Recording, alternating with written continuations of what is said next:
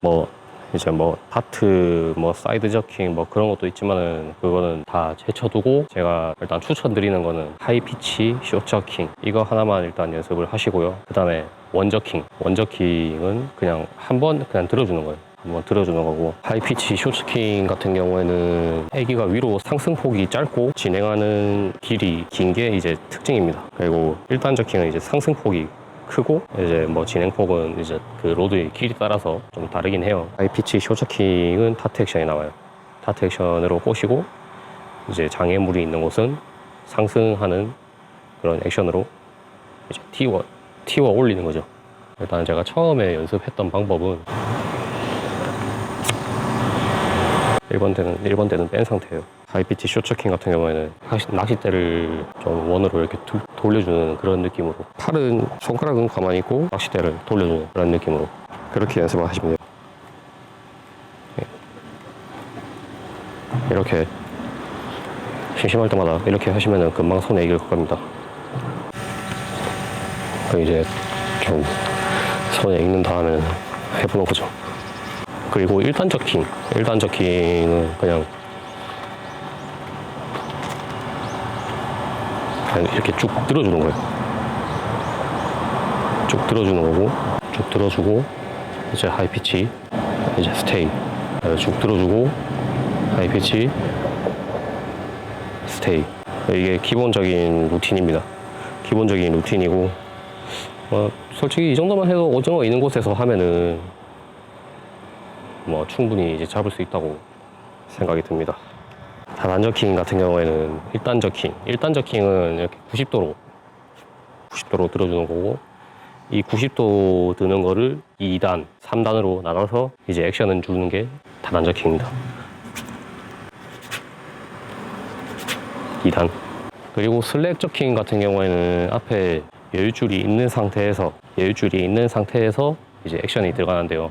이거는 좀 앞에서 지휘하듯이 라인을 이렇게 타원을 그리면서 낚싯대를 이렇게 돌려주는 게 포인트예요. 타원으로 이렇게 돌려주시면 돼요. 왜 직진이 아니고 타원으로 돌리라고 하냐, 이게 한 번이면은 되지만 괜찮지만은 이게 슬랙이 한 번이 들어가는 경우가 거의 없어요. 이렇게 2번, 3번, 이렇게 3번이 될 수도 있고, 이렇게 올렸을 때 이미 라인이 이렇게 공중에 떠 있겠죠. 날려 있는 라인이 초리 때 이제 감기는 그런 상황이 생겨요. 그래서 한번 감고, 한번 던지고, 타원으로 돌리고, 타원으로 돌리고, 타원으로 돌리고, 타원으로 돌리고, 이렇게 하는 게 슬랙 저킹입니다. 슬랙 저킹은 거의 제자리에서 불규칙한 그런 상승 액션을 만들어요. 불규칙한 상승 액션. 그리고 2단, 3단 저킹은 이제 다트 액션을 포함한 상승 액션. 그게 액션의 특징입니다. 그리고 원핸드 저킹이 있어요. 이제 뭐 이런 저킹을 이제 그냥 한 손으로 하는 건데, 지금 보시듯이 이렇게 하박에 탁 튕구면 이제 로드가 이렇게 탁 올라가죠. 이거를 이용하는 거예요. 이렇게 원핸드 저킹. 이거는 좀 필드에서 쓰면 좀 주목받기 쉽습니다. 우선 이런 액션이 있다는 거는 알고 계셨으면 해서 이렇게 소개를 해드리고요. 밖에 날벌레가 너무 많아서 지금 차 안으로 다시 들어왔어요. 3초에 1m를 깔아앉는 그런 애기가 노말 타입이라고 했어요. 3초 정도에 1m를 깔아앉는데요. 이게 또 좀 심오하게 들어가면은 조류, 뭐 바람에 의한 라인의 날림, 애기의 침강 속도가 달라집니다. 달라지지만 그냥 단순하게 3초에 1m가 깔아앉는다고 생각을 하고 바닥을 찍어 보는 거죠. 처음에 바닥을 찍어 보는 거예요. 제가 처음에 바닥을 찍는 거를 연습을 하는 방법은 던지고 여유줄을 감고 한참 기다려요. 이쯤 되면은 바닥을 찍었겠다. 3초에 1m를 깔아앉았을 때 15초를 세고 바닥을 긁었을 때 바닥이다. 그럼 다시 그 똑같은 지점에 던졌을 때 12초를 세보는 거죠. 12초 로드를 움직였을 때 바닥이다. 그러면 더 짧게 가는 거예요. 수심층을 알아가는 거죠. 만약에 던졌을 때 12초가 나온다. 4m다. 9초를 깔아앉힌 다음에 액션을 주던지 6초를 깔아앉힌 다음에 2m, 6초를 깔아앉힌 다음에 액션을 주던지 그런 식으로 이제 수심층을 공략을 해야 돼요. 근데 저 같은 경우에는 바닥을 먼저 안 찍어요. 한 1m 정도만 깔아앉힌 다음에 바로 액션이 들어가는데요. 이게 바닥을 먼저 찍으라고 말씀을 하시는 분들이 대다수일 거예요. 그 이유는 이제 바닥 지형을 알아야 되고 그 바닥에 어떤 뭐 장애물이 있고 그런 걸 이제 파악을 해야 되기 때문에 바닥을 찍으라고 이렇게 보통 말씀을 하시는 것 같은데, 내 애기가 어느 지점에서 유형을 할 수 있게 하느냐, 이게 중요한데요. 수심층을 위한 카운팅이죠. 바닥 찍는 거는 충분히 연습을 하신 다음에 곳에서는 뭐 수중여가 있다, 아니면 뭐 갑자기 이게 물골이 생겨서 다시 이제 애기가 깔아앉는다, 그런 거는 어느 정도 파악을 하셔야 되고요. 어렵게 생각을 하시면은 어려운데, 단순하다고 생각을 하면 또 단순한 게 이 애깅 낚시입니다. 근데 저는 결코 이 낚시가 쉽다고 생각을 절대 하지 않아요. 일단 우선적으로 카운팅 하는 거를 연습을 하신다고 생각을 하시고 바닥 찍는 거 파악을 한 다음에 이제 낚시를 시작하시는 게 좋죠. 수심층 이제 카운트를 하기 위해서는 애기 폴링의 종류가 있는데, 프리폴이 있고 하나는 텐션폴, 커브폴이 있다고 이제 알고 계시면 되고요. 이제 애기에 전혀 부하가 없고 라인에 부하가 없을 때 깔아놓는 그 속도랑 밀링을 조금 한 상태에서 라인과 애기의 텐션이 있는 상태에서 떨어지는 그 시간은 달라요. 애기 자세 자체가 달라지기 때문에 다릅니다. 폴링하는 시간이 달라요. 수심층을 공략을 하기 위해서는 이 수심의 전체 수심을 알아야 되고, 어느 정도 깔아앉히면 그 층을 공략을 하는 거죠. 4m인 수심에서 2m를 이제 애기를 올릴 수 있다, 미터에 애기를 올린다, 그런 방법이 있고, 아니면은 바닥을 찍고 띄어 올리고 이제 액션을 준 상태에서 액션을 주고 이제 바닥을 띄어 올리는 거죠. 그 뒤에 다시 바닥을 찍고 다시 띄어 올리고, 이렇게 하는 방법이 있어요. 근데 이런 경우에는 좀 바닥이 험한 지형에서는 애기 손실이 좀 많죠. 그 다음으로 내 액션에 애기가 몇 미터가 올라가느냐, 얼마나 상승을 하느냐, 이거를 파악을 하셔야 돼요. 아까 바닥을 찍었죠. 처음 하셨을 때 바닥을 찍고 액션을 줘보는 거죠. 애기가 툭 치고 하이피치 6회 정도, 5에서 6회 정도. 그거는 이제 자기 본인이 편한 만큼 이제 횟수를 정하는 건데, 5에서 6회 정도 했을 때 한 1m 정도가 떴다 고 가정하면은 3초에서 한 4초 정도 뜨겠죠. 그럼 4초 뒤에 다시 바닥을 이렇게 슬쩍 끌어보는 거예요. 그럼 바닥이다. 그럼 1m 정도가 이제 뜬다고 생각을 하시면 돼요. 똑같아요. 이거는 이제 바닥을 찍은 다음에 뭐 어떤 액션을 주고 카운트를 하고 바닥을 찍었는지 확인을 하고, 이렇게 되면 이제 자기 본인의 이제 액션이 어느 정도가 뜬다, 머릿속으로 이제 그림이 그려지는 거죠. 그렇게 됐을 때 이제 뭐 하이피치를 주고 2단 저킹을 줬을 때 1.5에서 2m 정도 상승을 한다고 봤을 때 그냥 6초에서 한 7초 정도 나오겠죠. 상승폭 같은 경우에는 애기와 본인의 거리에 따라서 다른 경우도 있고, 본인의 위치, 이 높이에 따라서 이 낚싯대와 이 애기의 각도가 크기 때문에 좀 상승폭이 더 크게 올라가는 경우도 있어요. 좀 이렇게 거의 일직선으로 보고 있는 경우에는 직진 자기 본인 방향으로 많이 오는 경우가 있어요. 그런 거는 이제 필드에 따라서 한 이 정도 되면 뭐 되겠지, 나중 되면 이렇게 생각이 된단 말이에요.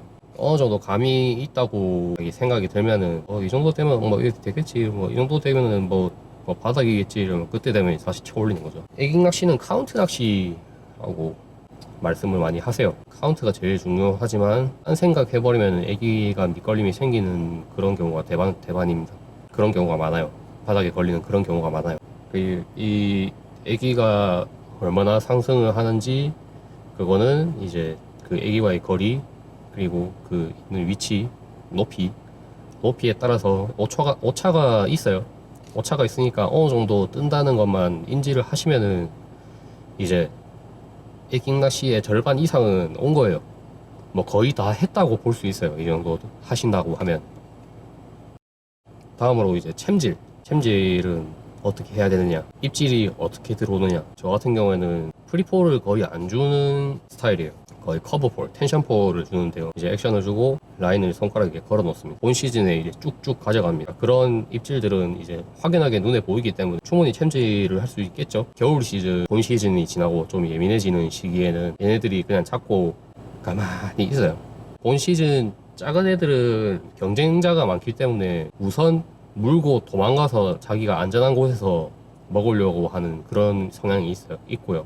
큰 애들은 눈 앞에 갖다 주면은 그때 와서 딱 먹고 가만히 거기서 이제 뜯는 거죠. 씹는 거죠.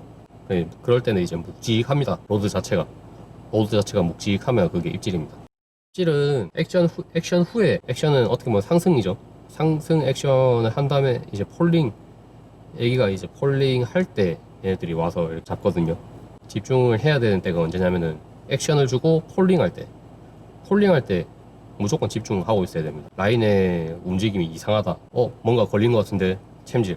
무언가 이상하면은 챔질. 큰 고기처럼 이렇게 세게 주는 그런 챔질 말고 그냥 손목으로 툭 쳐주는 이 정도만 돼도 충분히 촉수에 이렇게 박힙니다. 다리에.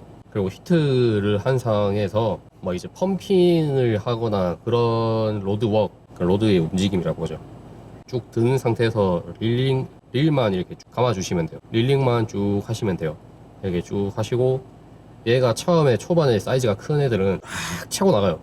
그럼 이제 이렇게 로드만 이렇게 낚싯대만 이렇게 들고 있는 거죠. 탁 치고 나가다가 어느 순간 조용하면 이제 릴링하고, 오징어들은 이제 다리가 물고 째는 거는 이렇게 잡고 이렇게 째기 때문에 또 물 쏘는 방향이 밑으로 있어요.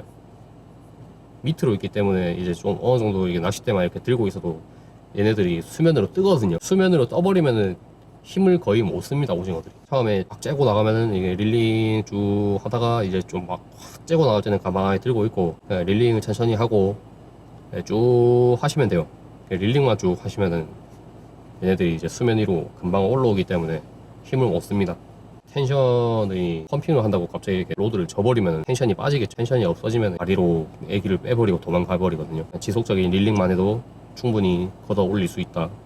이제 갈무리가 남았는데요. 사이즈가 한 뼘 정도 되면 로드로 낚싯대만으로도 드롭봉이 충분히 가능해요. 드롭봉을 하는 방법은 이렇게 낚싯대를 충분히 낮춘 다음에 여유줄을 이제 최대한 짧게 주고 스풀을 잡는 거죠. 릴에 스풀을 잡고 이렇게 천천히 이렇게 들어주 이렇게 팍 이렇게 들어버리면 로드 낚싯대 그 순간 그 한계점이 있기 때문에 천천히 이렇게 들어서 이렇게 올려주시면 됩니다. 그게 드롭봉이고요. 그런 방법이 있고, 필요했던 장비 중에 갸프, 뜰채 이런 게 있는데, 갸프 같은 경우에는 좀 연습을 좀 하시면 좋죠. 갸프 사용하는 게 좀 어리숙해서 챔질 좀 다른데 헛질 좀 많이 헛스윙이라고 할게요. 헛스윙. 오징어가 이렇게 딸려올 건데요. 애기를 물고 이렇게 딸려오는데 갸프를 몸통 이렇게 뒤로 들어가서 이렇게 걸어주셔야 돼요. 앞에서 이렇게 걸어버리면은 뭐 제트 분사를 해요. 뭐 그러면서 이제 먹을 쏘는 경우도 있고, 뭐 순간적으로 팍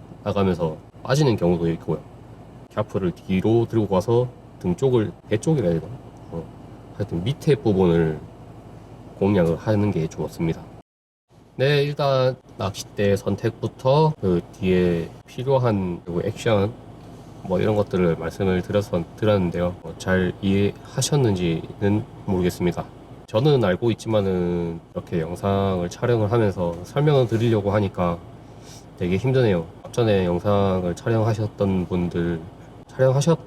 분들을 보면은 되게 대단하다고 생각이 드네요. 네, 오늘 영상 여기까지 하고요. 감사합니다.